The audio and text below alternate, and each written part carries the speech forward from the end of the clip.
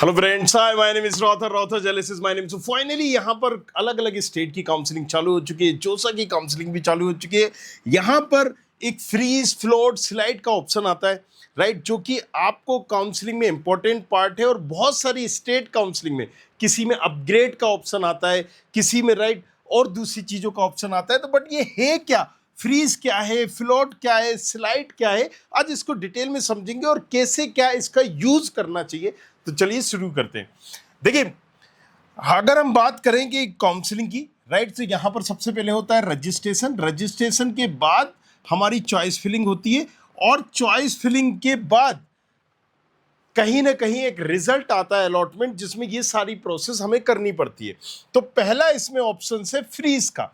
Freeze का मतलब आप क्या समझ रहे हो? जैसे हम बोलते हैं ना कि किसी चीज को बचपन में हमने बर्फ, पानी, पत्थर, राइट, ये खेला होगा।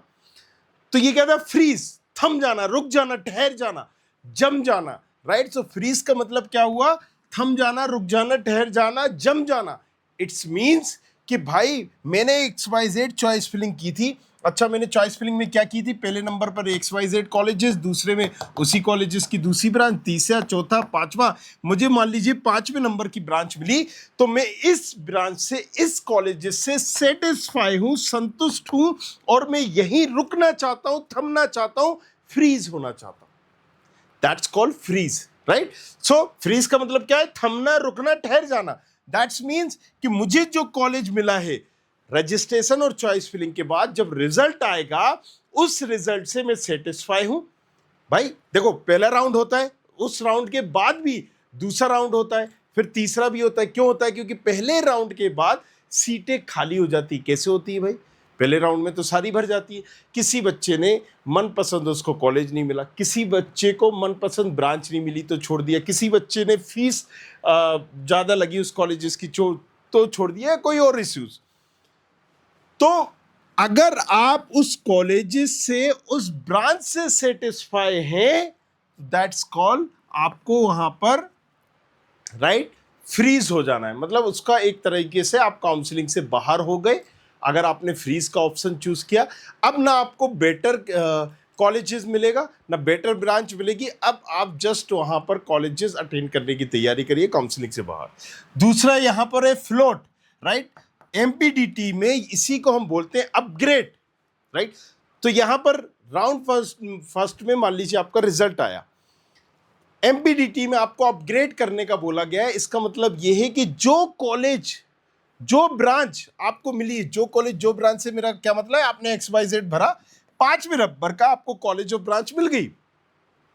तो ये जो आपको कॉलेज मिला है, अगर आपने राइट फ्लोट का ऑप्शन चूज किया, फ्लोट का मतलब क्या होता है? तैरना, यही होता है ना। या अपग्रेड का मतलब क्या है? उससे बेटर की तलाश। तो फ्लोट का मतलब यही है कि तैरना। देखो, मैं अभी भी तैर रहा हूं, मतलब मैं अभी मंजिल तक नहीं पहुंचा हूं, मैं असमंजस में हूं। मुझे ये चलेगा, मतलब ठीक है, लेकिन दौड़ेगा नहीं। इससे बेटर अगर मिल जाता, बेटर क्या, जो आपने अगर ऊपर डाला है, ऊपर क्या मतलब, हमें हर बच्चे को अलग अलग मिलेगा ना। आपको हो सकता है 40वें नंबर का कॉलेज मिला हो, मुझे 10वें नंबर का। तो 1 से लेके 9 तक, इसको अगर 5वें नंबर का मिला, तो 1 से लेके 4 तक में अगर कोई कॉलेज की कोई ब्रांच मुझे मिल रही है, तो मुझे वो दे दी जाए और ये ब्रांच सिलेंडर कर दी जाए। दैट्स कॉल्ड फ्लोट और अपग्रेड। अब इसमें एक चीज आपको ध्यान रखनी है कि जब भी हम फ्लोट करते हैं या अपग्रेड करते हैं, अपग्रेड या, तो एक तरह से हम राइट दे रहे होते हैं, राइट, किसको? ऑर्गेनाइजेशन को, काउंसलिंग अथॉरिटी को, कि देखो भैया, जो हमें कॉलेज, जो ब्रांच मिली है, अगर इससे बेटर वाली, ऊपर वाली हमें मिल गई, तो मेरी ये मैं सरेंडर कर रहा हूं, राइट। ये मेरी जब्त कर ली जाए और मुझे इससे बेटर दे दी जाए। और अगर मुझे बेटर नहीं मिली, तो ये आपकी रहेगी। यहां पर भी कंफ्यूजन नहीं होना है। ये तो आपकी है, जो आपको मिली है। अगर आपने फ्लोट किया या अपग्रेड किया, तो वो ब्रांच, वो कॉलेज जब तक आपकी है, जब तक आपको उससे बेटर नहीं मिली। अब बेटर का क्या है? बेटर की डेफिनेशन क्या है? सीधी सी बात है, जो कॉलेजेस आपको मिला है, जिस नंबर का, अगर मुझे 10वें नंबर का मिला है, तो 1 से लेके 9 तक। अब हो सकता है 1 से लेके 9 तक आपका कोई कमजोर भी डला हो, तो भी वो बेटर की लिस्ट में आ रहा है, क्योंकि चॉइस फिलिंग तो आपने की थी। तो ऐसे लोग जिनको राइट 10वें नंबर का मान लीजिए कोई XYZ कॉलेज ब्रांच मिला है और उससे ऊपर अगर कोई ऐसी ब्रांच या ऐसा कॉलेज डला है कि जिसमें तुम नहीं जाना चाहते या नहीं एडमिशन लेना चाहते, तो अपग्रेड या फ्लोट करने की जरूरत नहीं है। क्योंकि अगर आपने ऊपर कोई भी कमजोर ब्रांच डली है और वो मिल गई तो ये ब्रांच आपकी चली जाएगी। फिर आप ऐसे नहीं सोच सकते कि नहीं वो पहले वाला ही सही था, पहले वाला तो आपने सरेंडर कर दिया। ये पावर है, एक तरह से अथॉरिटी दे रहा है कि आपने सरेंडर किया और ऊपर की तलाश में थे। अगर ऊपर वाला कोई मिल गया तो ये तो फिर सरेंडर करना ही पड़े। अब आपके हाथ में कुछ है ही नहीं। अब जो रिजल्ट आएगा वो दूसरी ब्रांच का आएगा, हो सकता है कि इसी ब्रांच का भी आ जाए, राइट लेकिन नया रिजल्ट ही मानना पड़ेगा, उसी पर रिपोर्टिंग करनी पड़ेगी। Make sure this thing. तीसरा क्या है? स्लाइड। ये कई एमपीडीटी में क्या होता है? Internal branch change. स्लाइड को बोलते हैं internal branch change. Internal branch change अलग अलग काउंसलिंग में इसके अलग अलग नाम है। स्लाइड मतलब देखो मैं स्लाइड करना चाहता हूं, राइट ऐसा होता है ना, मतलब भाई मैं इस कॉलेज से तो सेटिस्फाई हूं, जो मुझे कॉलेज मिला है इससे तो मैं सेटिस्फाई हूं, लेकिन इसी कॉलेजेस में कोई दूसरी ब्रांच चाहता हूं। अगर किसी को कंप्यूटर साइंस मिल गई तो वो कभी स्लाइड नहीं करेगा, क्योंकि उससे बेटर कोई ब्रांच ही नहीं है। इसी वाला, आईटी वाला, ये लोग कर रहे होते हैं। मैकेनिकल वाला कि भाई मैकेनिकल वाला तलाश में है कि मुझे इलेक्ट्रिकल मिल जाए या ईसी मिल जाए या आईटी मिल जाए या सीएस मिल जाए, right. So that's called slide या इंटरनल ब्रांचेज। मतलब कॉलेज मुझे सेम रखना है, लेकिन उस कॉलेज में अगर दूसरी ब्रांच मिल जाए तो फिर दूसरी ब्रांच कौन सी होगी, राइट सीधी सी बात होगी, वो आपको भरना पड़ता है ऑप्शंस। जो आप भरते हैं तो पर्टिकुलर उनमें से एक आपको मिल जाती है, राइट।